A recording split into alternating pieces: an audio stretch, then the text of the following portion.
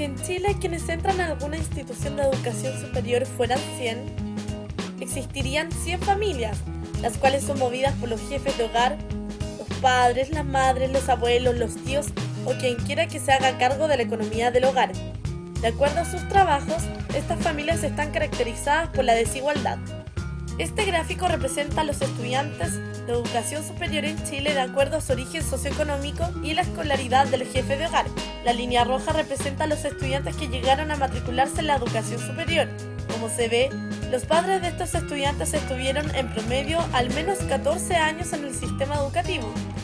En cambio, entre quienes no se matricularon en la educación superior, se indica que algunos de sus padres ni siquiera completaron los 12 años de educación obligatoria. Esto es notorio en los dos primeros deciles de la sociedad, que representan a los sectores más pobres. ¿Qué nos dice este gráfico entonces? Que las posibilidades de entrar a la educación superior son más bajas para los jóvenes más pobres de la sociedad y están prácticamente aseguradas para los que tienen más.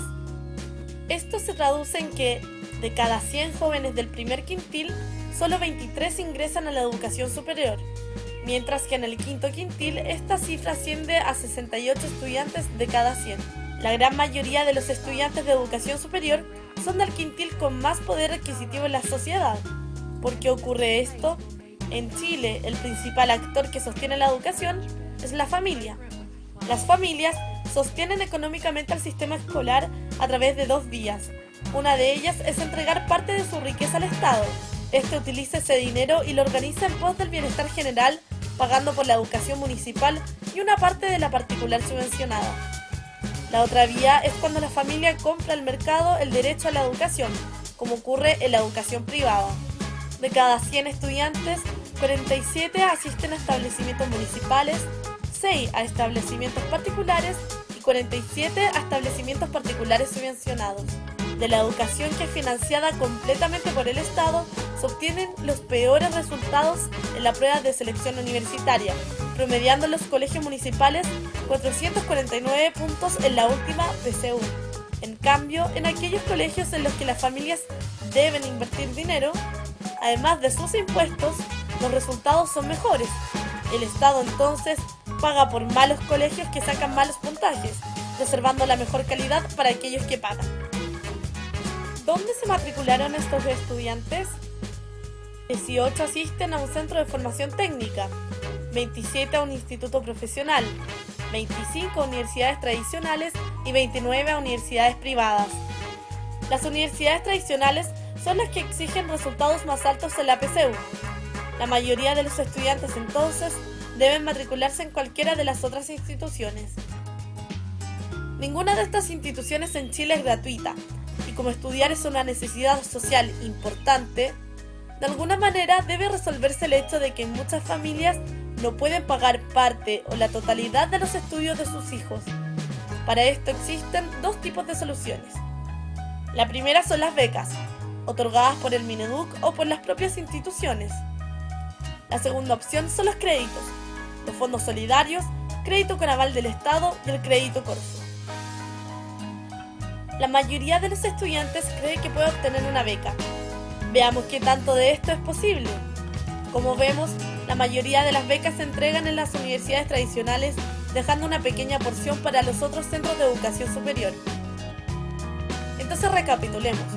Aquellos estudiantes que estuvieron en un colegio municipal probablemente obtuvieron un mal puntaje en la PSU, por lo que tuvieron que ingresar a una institución que exige bajos puntajes o de frentón no exige pruebas de selección, para luego descubrir que allí es donde tienen menos probabilidades de recibir una beca de parte del Estado. Entonces, ¿cuál sería la solución? Endeudarse.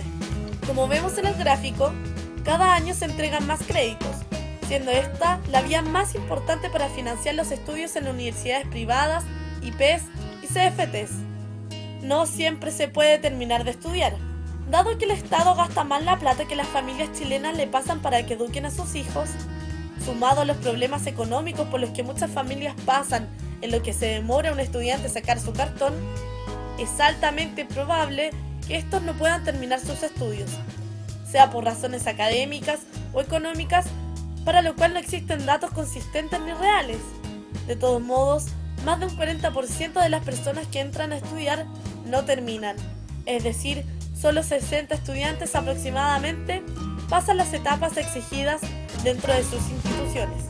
Se ha destacado que Chile es uno de los países con la más alta tasa de retorno privada para sus credenciales postsecundarias, es decir, el país donde estudiar es mucho más conveniente para el futuro, ya que se argumentan que tomar créditos es un muy buen negocio, ya que si no tienes plata para estudiar, te la prestan, y como en Chile estudiando ganas mucho, te demoras poco tiempo en recuperar la inversión que tuviste que hacer. El problema es que eso es aplicable en principio para quienes logran 1. Terminar sus estudios y 2. Encontrar un trabajo estable con niveles de salario que permitan disponer de dinero para cubrir esta deuda. Y no todos los 60 logran esto. Son muchos los que no encuentran trabajo o terminan trabajando en algo no relacionado con sus estudios. ¿Qué sucede con los otros 40? Básicamente se llevan una mochila de deudas a cambio de nada. Ahora bien, uno podría argumentar que el Estado va a asegurar un segmento de estas 40 personas que no se irán por el barranco dado el crédito con aval del Estado. Pero ¿quién está pagando la capacidad del Estado en convertirse en aval? Sí, adivinaron, las familias, que tuvieron que pasar por todo este juego. En efecto, el trabajo de las familias se va al Estado. Es utilizado por este para hacer el aval de una deuda. Es decir, el trabajo de esas 40 familias está siendo usado para pagarle a las contrapartes del crédito, a cambio de que sus hijos se vayan con un par de años de escolaridad más que no les sirvieron para encontrar trabajo. Esto además responde a que los estudiantes no pueden seguir sus estudios porque no tienen las competencias académicas para ello. ¿Y esto a qué se debe? A que la educación media no deja herramientas suficientes para pasar las etapas de este juego.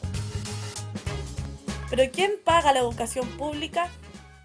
Sí, adivinaron de nuevo, el trabajo de las familias.